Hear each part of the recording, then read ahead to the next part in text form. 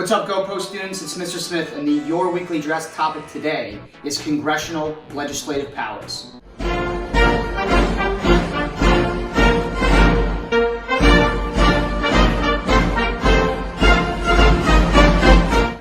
All right, everyone, we're going to try something different for this YWA. Instead of me delivering the content, it's going to be my Bullis GoPo students. So I guess you could say we're going to pass the ball to our teammates for this YWA.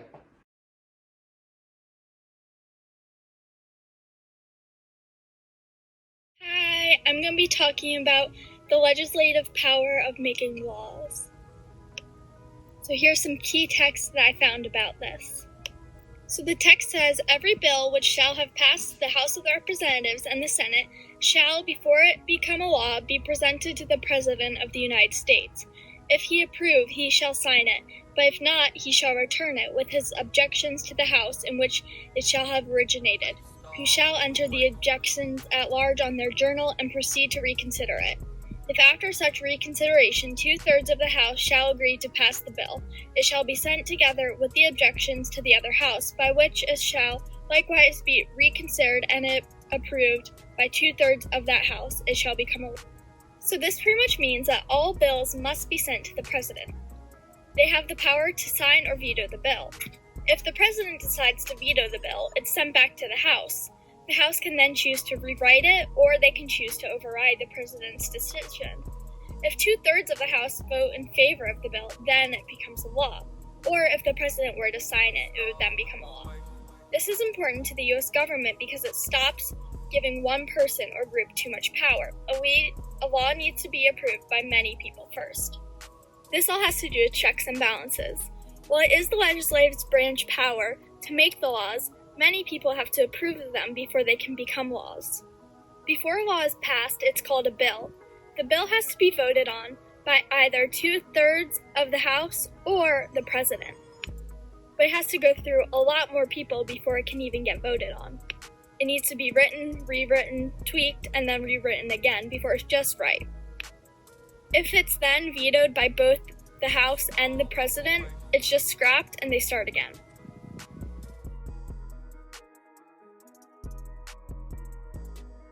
Okay. This is Raise and Levy Taxes by Nasir and I, as well as Terrace. Some key text about our Constitution is it is first mentioned in Article 1, Section 8, where it talks about how Congress should have the power to collect taxes, duties, as well as put them and raise taxes in order to collect debts and use them to help the country, which is what general welfare means.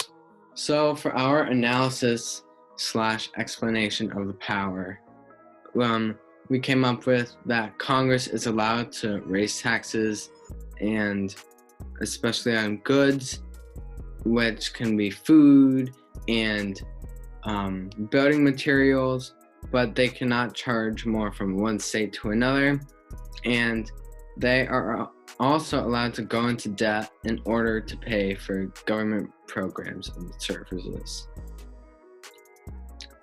How this power works. So once you turn the age of 18, you are required to pay taxes, and taxes are extremely important in our daily lives, as they help with public schools, roads, the military, public parks, and also public hospitals. So we have taxes because taxes pay for things that people originally wouldn't, and taxes had to be put into the Constitution because of how badly it was messed up in the Articles of Confederation. Why is this power important for the U.S. government? Taxes raises necessary funds for things that people do not want to pay for, and it's a law, so they can't avoid it, which is known as tax fraud. It helps the government build necessary, so it paves your roads, and it can also help the government improve a certain area that can be especially poor or in need. So how How the power reflects the idea and separation of powers, checks and balances. It reflects powers awarded to the House of Representatives and state, and as the legislative branch, they also have the powers to write laws, and this is an important power to the legislative branch because it is not given to the executive branch. A specific historical example that demonstrates this power is the 1990 budget agreement when George H.W. Bush was accepting his nomination in 1988. He said there would be no new taxes, but because of the Democratic-controlled House and Senate, he was forced to raise taxes even though there weren't any new ones. So some potential controversies about this power include how taxes have divided our nation, including the Democrat and Republican Party. The Republicans thinking that taxes should be equal for all, while the Democrats thinking that taxes should be higher for the rich. And this is one key issue in deciding our elections, as well as what candidate a person votes for. That is our final slide. I hope you really enjoy this, and I hope that you have a nice evening.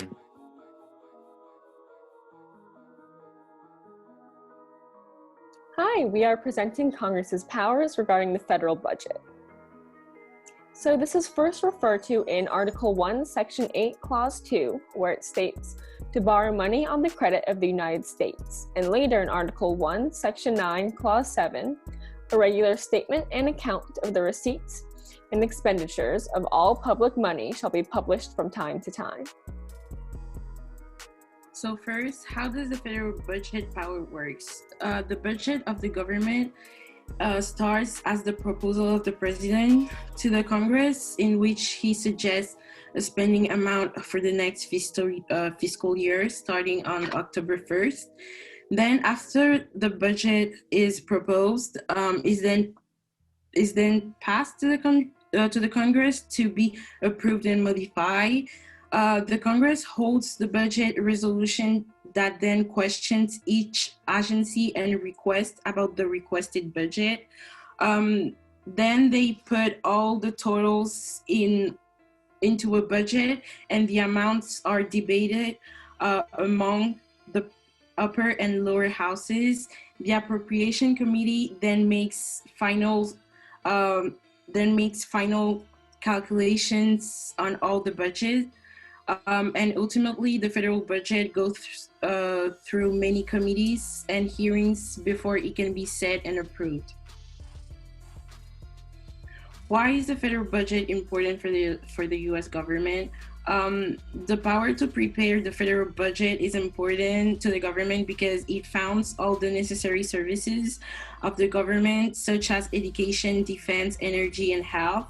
The Congress takes into account all the different governmental projects and agencies' budget, and then sets the limits, which will ultimately dictate the federal hiring projects capacity. And without the Congress role in federal budgeting, there will be no clear way to pay for the actions of the U.S. government. As for how it plays into checks and balances, this whole process requires the cooperation of the President, Senate, and the House. As previously mentioned, what happens is the President proposes a budget plan, it goes to the Senate Budget Committee, and then the House Budget Committee, which are separate committees that don't interact at all. And the Senate Budget Committee goes to the Senate, and the House's goes to the House. And then at the end, after that, it goes to the Appropriations Committee, which is a joint committee that resolves any issues or differences between the modifications made by the Senate and the House. So because of this, you have a good balance between the branches and within Congress itself. The executive branch is responsible for proposing the initial budget plan, and legislative is responsible for modifying and approving it. And unlike a bill, the final federal budget does not need to be signed off by the president. And then both the Senate and the House, since they make their budget resolutions independently, neither one holds more power above the other in this process. So again, you have a balance between the executive branch and the legislative branch, and within the legislative branch, you have balance as well. Unfortunately, because you have to go through the joint committee at the end and they have to agree on a final plan, if they do not, then the government shuts down. So this happened in 2013 when the House wanted to continue the same funding as the previous fiscal year for the next fiscal year for the Affordable Care Act, but the Senate wanted to minimize funding on the Affordable Care Act. This shutdown finally ended after Congress passed the Continuing Appropriations Act, which stated that you cannot defund the Affordable Care Act without having a certified program in place to replace it. The president signed off on the Continuing Appropriations Act, which ended the shutdown and finalized the federal budget. And that shutdown lasted 16 days. During a shutdown, all government services are closed, and the services that are open and running have employees who don't have any payment plans. So this shows how important it is to have a budget plan for the next fiscal year, because without a budget plan, the government cannot operate.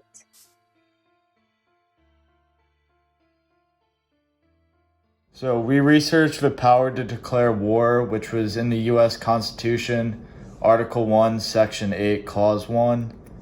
The article's key text states that the Congress shall have the power to provide for the common defense and general welfare of the United States. So what this means is the Constitution grants the power to declare war, and the clause gives the legislator the power to initiate hostilities. And the declare war clause grants Congress an exclusive power, and the president cannot on their own declare war. However, in the past, they have done that on their own, and this has caused great chaos because they did this with their own power and did not get approval from Congress. How the power to declare war works is that in the United States Congress, they make the rules for the military and is granted the power under the Constitution to declare war. The war declarations have the force of law and are intended to be executed by the President, who is the Commander-in-Chief of the Armed Forces. These provisions, established from Article 1, require cooperation between the President and the Congress regarding military affairs, with Congress funding or declaring the operation and the President directing it. So why this power is important? So Congress' authority to declare war was revolutionary because it allowed the United States to be able to protect themselves from outside forces, and if they felt threatened, they were able to attack other countries. And if the United States was under attack, the clause allowed Congress to pass a vote to go into war. And the power to declare war allows the United States to protect itself from dangerous outsiders. And Congress does not have full power in this, and the president is also important on the issue concerning war. And the president is designated commander-in-chief with authority to direct the military. This power is an example of separation of powers and checks and balances. Our Constitution, many checks and balances, few have become as controversial and as consequential in the country's war powers. Article 1 is clear in giving Congress the power to declare war and to federalize state militias. But Article 2, Section 2 names the President Commander-in-Chief of the Army and the Navy of the United States, and the militia of several states, and called into actual service of the U.S. history. The Constitution's checks and balances worked, and more often than not, the President sought the consent of Congress on war matters. The periods following World War II, however, saw the President's war-making decisions reach a level that made many legislators nervous. By the early 1970s, the relationship between the legislative and the executive branch reached some of the tipping point.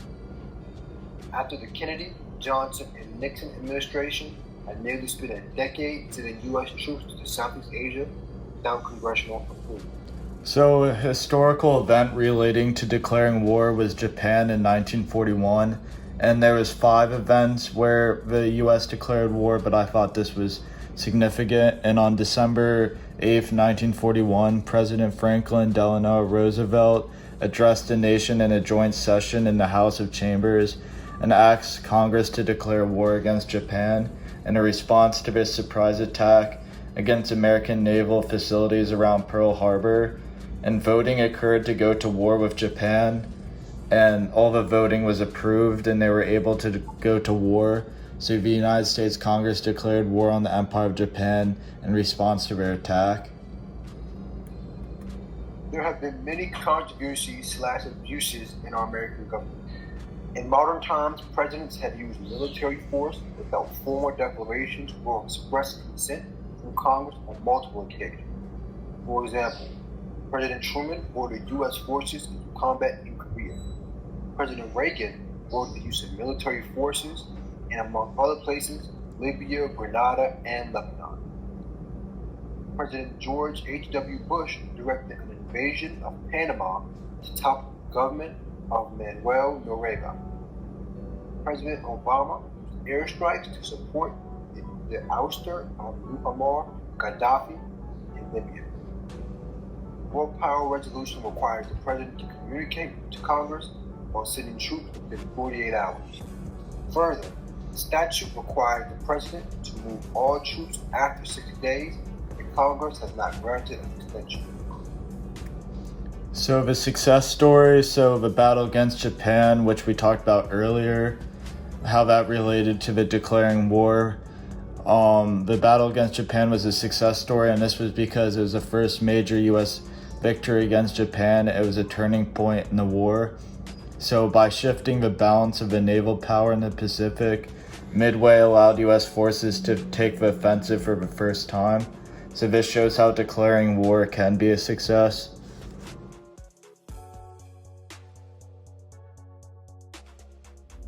Oversight and Investigation by Michaela and Kira. There isn't anything specifically in the Article 1 that states this power. However, in Article 1, Section 1, it states that all legislative powers herein granted shall be vested in a Congress of the United States. So this is giving the authority to do this power in Congress. Oversight investigation is basically that Congress, both the House and the Senate, have separate subcommittees that have the power to monitor the government. So it has oversight of not just branches of government, but also organizations like the CIA and other things that work with the government. It's able to launch investigations on any branch or organization, including businesses. Okay, so why does Congress need oversight? It ensures executive compliance with legislative intent. It improves the efficiency, effectiveness, and economy of governmental operations. It evaluates program performance, prevents executive encroachment on legislative power. It investigates alleged instances of poor administration and capricious behavior, abuse, waste, dishonesty, and fraud, assesses an agency or official ability to manage and carry out program objectives. It reviews and determines federal financial priorities, ensures the executive policies reflect the public interest, protects individual rights and liberties, review agency rulemaking process, and acquires information useful in future policy making. This power provides checks and balances because the whole government system and also businesses are held accountable for their actions, so they cannot abuse power or act unlawfully or in any interest other than the people. The House and the Senate always know what's going on, and the legislative branch does not conclude their findings of the investigation. They only conduct an investigation, and that is mostly up to the judicial branch to decide. So these are recent events that happened within like 10 years. So the House investigated Amazon, Apple, Facebook, and Google for engaging in anti-competitive monopoly tactics. After a 3-year string of scandals, Facebook finds itself in a situation where 4 separate investigations are going on involving them. Many things led up to these investigations. These conflicts were used against Facebook. For example, following the 2016 U.S. presidential election, a number of journalists criticized Facebook for how it handled false and misleading news stories and propaganda in the run-up to the election. Also, a big conflict that Congress brought up was Facebook being accused of selling ads to Russian propagandists. As an aftermath, NBC published a trove of 7,000 documents related to 643 lawsuit against the social network Facebook.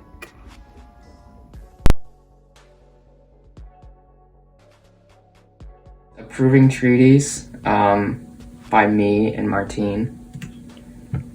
It is a part of Article 2. Article 2 states that the President has power to bring a treaty to the Senate, who makes the decision to pass or to not pass a treaty. The Constitution states that 2/3 of the senators has to agree so that the treaty can be passed. And the President has no power when it comes to approving a treaty. And this power for the Senate is extremely important because it keeps the President's power in check, and it also lets the U.S. to make allies. And here's a picture stating that it's in Article 2 and Section 2 to make treaties. The analysis. The purpose grants the Senate the power to approve treaties that were produced by the executive branch. They can approve but not ratify, as stated. The Senate does not ratify treaties. The Senate approves or rejects a resolution of the ratification. This power is important to the U.S. government because it reviews and approves a draft treaty submitted by the executive branch. Important because the treaties deal with lots of foreign affairs and revision. How the power reflects the idea of separation of power and checks and balances. The Senate vote for or against a treaty gives all the power to the Senate. The President has no power when it comes to approving treaties, and most people believe that the President has the power due to the news channels showing pictures of Presidents shaking hands to confirm the treaty, but the Senate is the only one who really confirms it being passed or not. I think it's is it a good thing the President doesn't have this power? I think it is, but and because they can't go around making treaties with foreign countries that maybe the people don't really agree with, or maybe it's not even a good idea. And I think it's a great idea to split up the power amongst branches. And if we didn't, then we'd just basically be living in a monarchy. And here's a picture of how all the branches are equally distributed with power.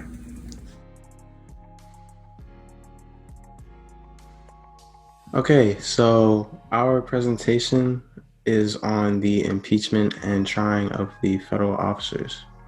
And right now we have a short video of Nancy Pelosi silencing applause after Trump's impeachment.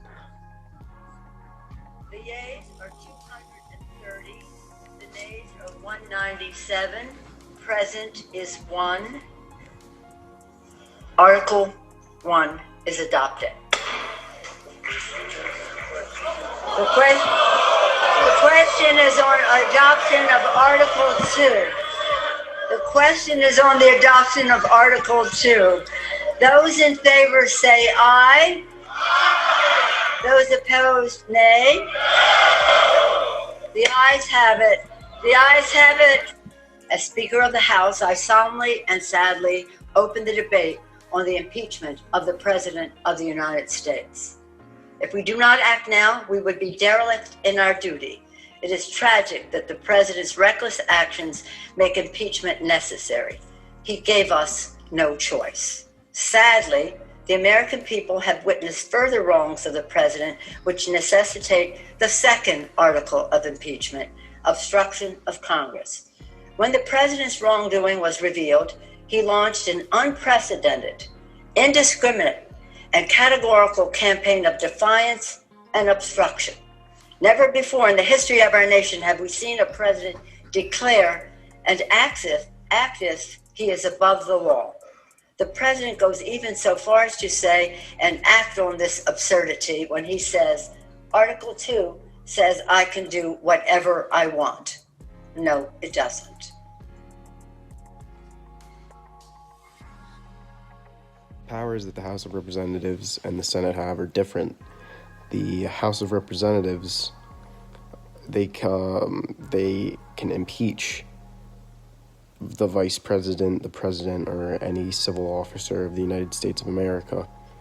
But the Senate can only convict those who have been impeached, and the House of Representatives can't convict anybody that they have impeached.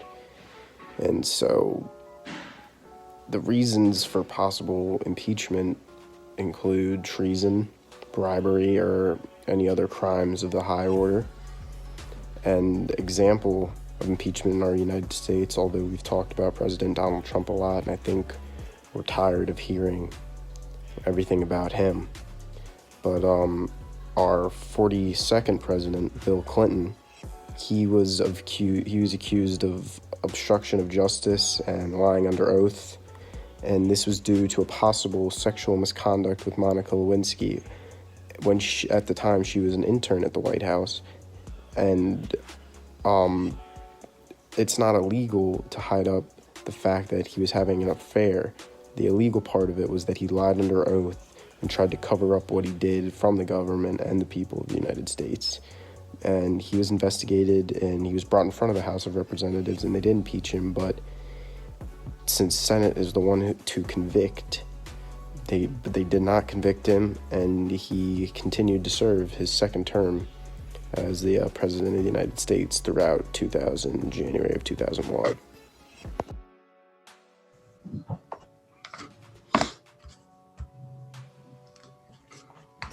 How does this reflect the idea of checks and balances?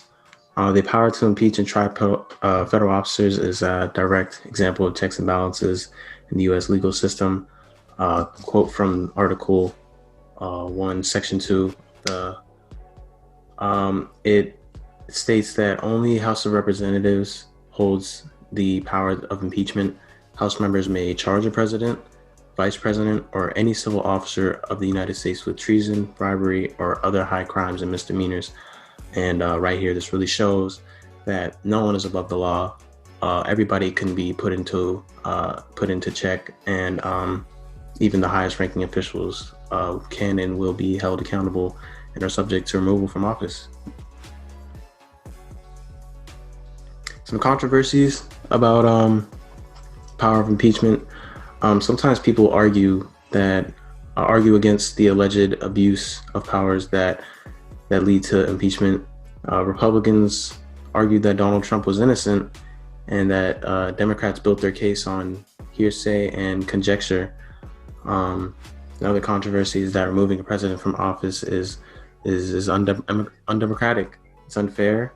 It reverses the results of the election, and it's unjust to the winner.